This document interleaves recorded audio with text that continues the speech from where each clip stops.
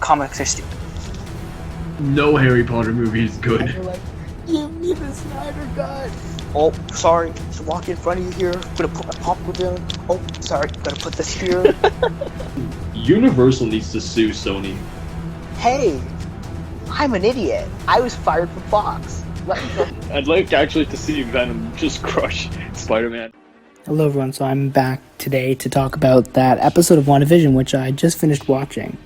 Now this is going to be a bit more, ideally, logical and straightforward, and not as much of me sitting here saying, I just watched the greatest thing ever, even though I did totally watch the greatest thing ever. So, let's start with the costumes. I think that's where we should start, because see, these costumes were absolutely amazing. Because this is of course the Halloween special. Oh yeah, spoiler alert, because spoilers in a spoiler review. Who knew? So we got to see all these characters in their comic costumes. We got to see Quicksilver in a very comic version of his costume. We got to see Scarlet Witch in a comic version of hers. Vision in a comic version of his. The other one in a comic. Speed and Wiccan also in the comic versions of their costumes. And we got to see them actually develop powers, which segues me to my next little point here, which is that, they now have power, and they have their comic powers, which is awesome because, it's better. We saw Quicksilver running around a bit, and we saw Wanda be absolutely the most powerful creature to ever exist, because Wanda is now apparently able to just create, this is very House of Emmy in the way that, not Emmy, even though it will win Emmys. Oh, let's see what I did there. Very House of M in the way that,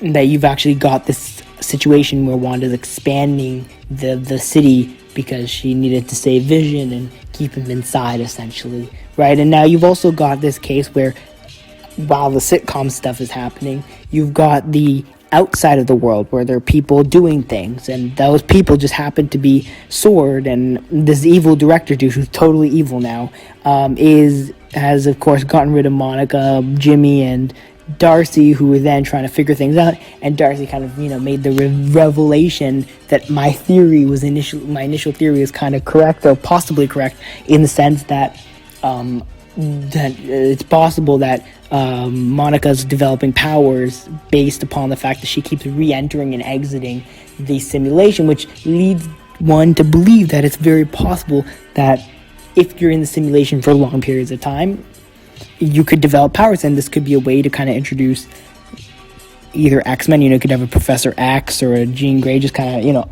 magically appear because of this, but also where you could see why her could be the High Evolutionary, hypothetically, although he would probably have to have, earlier to be, relevant, but, whatever.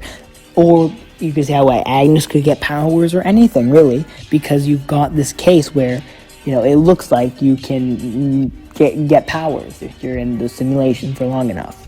And now, I think, this is really, you're really getting ready to see the conclusion kind of thing, because there will be ripple effects, obviously. And I think this just did a really nice job of just kind of making you basically say, yeah, I want more. They just doing so much in this episode. I'm sure there's even more than I can't remember right now.